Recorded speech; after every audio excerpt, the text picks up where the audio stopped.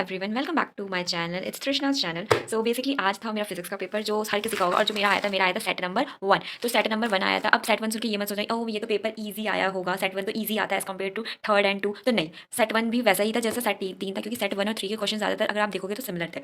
तो मेरे हिसाब से अगर मैं अपनी बात करूँ तो पेपर जो था फिजिक्स का वो ईजी आया था, लेकिन लेंदी आया था क्योंकि मुझे करने में बहुत टाइम लग गया था। जो मैं क्वेश्चन कर रही थी, मतलब जो चीज़ मुझे आती थी, जैसे कि इसमें आया था रिंग निकालने का, magnetic field due to ring, मुझे आता था लेकिन मुझे फॉर्मुला याद नहीं था। लेकिन मैंने सोचा था कि मैं फटाफट से कर दूंगी, फॉर्मुला की छोड़ दूंगी, कुछ लिख दूंगी तो आधे नंबर तो मिल ही जाएंगे। तो वो करने में ही मुझे टाइम लग गया, मतलब वो बहुत ही लेंदी सी डेरिवेशंस आई थी और बहुत ही थ्योरेटिकल क्वेश्चंस मुझे लगे एज कम्पेयर टू न्यूमेरिकल्स।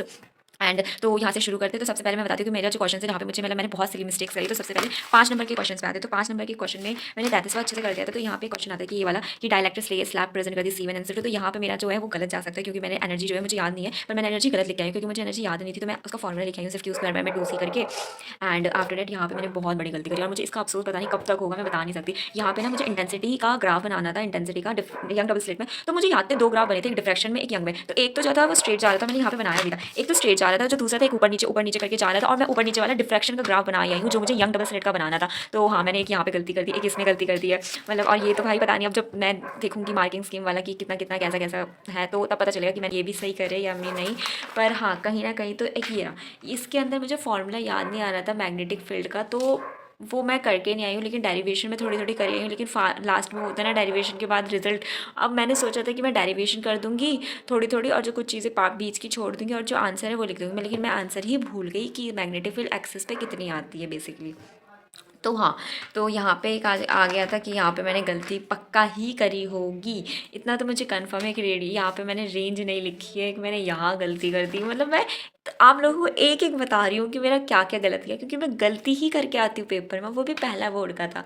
तो इसमें मैं जेन्युइनली बहुत गलती करके आई हूँ। और हाँ, बस यहाँ पे और ये वाला मैं क्वेश्चन था, मैं जिस क्वेश्चन की बात करी थी, जो मैं क्वेश्चन छोड़ के आई हूँ वो ये क्वेश्चन है। ये क्वेश्चन मैं पूरा छोड़ आई हूँ, सिर्फ लिख के आई हूँ गिवन क्या है, और जो फॉर्मूला था मुझे याद ही नहीं आता।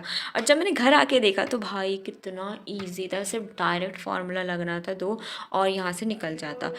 वो स्नेल्स लॉ लगना था and then after that refract. अब क्या फ़ायदा, अब क्या फ़ायदा, अब तो मैं गलती कर ही आई। तो हाँ, तो मुझे जब मतलब 2 3 5 नंबर में से कुछ कुछ चीज़ें जो मेरी बहुत गलत गई है। अगर मैं MCQ की बात करूँ तो जो MCQ थे वो मुझे बहुत ही डायरेक्ट लगे सेट 1 के। कुछ कुछ थे जो, अब देखो कुछ तो हार्ड आता ही है, और यहाँ पे जो असर्शन रीज़न थे वो मुझे बहुत जेन्युइन अच्छे लगे, क्योंकि असर्शन रीज़न एकदम ऐसा था कि गलत है तो गलत है, सही है तो सही है, मतलब कि बहुत ईजी थे। हाँ, ये बहुत इजी थे। तो ओवरऑल पेपर की अगर मैं बात करूँ तो जो पेपर था वो इजी था लेकिन लेंथी था।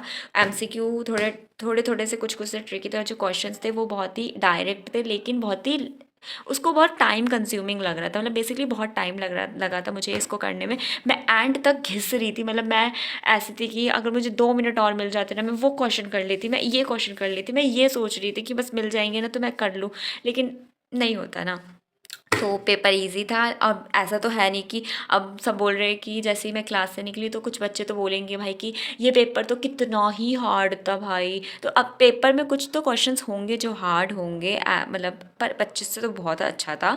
तो मतलब स्कोरिंग है, अगर कोई एवरेज भी बच्चा है ना तो वो 40 तो 30 तो आराम से कर सकता है यार, कर सकता है।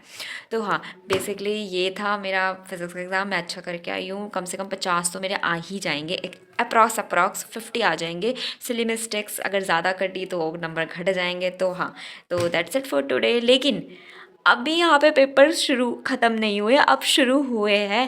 पहला है फिज़िक्स का, अब है एक सबसे जेन्युइन वाला भाई, वो है केमिस्ट्री का एग्ज़ाम।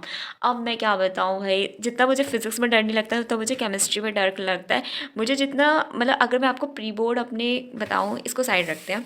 हाँ, तो मैं यहाँ पे प्री बोर्ड की बताऊँ कि प्री बोर्ड में मेरे कितने आए थे केमिस्ट्री में भाई, मैं 35 या 30 आए थे, मतलब जेन्युइन बता रही हूँ। मैं एकदम बॉर्डर पे पास हुई थी, एक तरीके से बॉर्डर ही पास है, वो खींचतान की मुझे टीचर ने मेरे पास किया था बेसिकली। तो अब आने वाला है 28 को, वो है केमिस्ट्री का एग्ज़ाम जिसमें जेन्युइन बहुत मेरे डर लग रहा है। तो या that's it for today, bye, see you in the next video and do subscribe and do also comments कि आपका पेपर कैसा गया था और आपका क्या सेट था। सो बाय।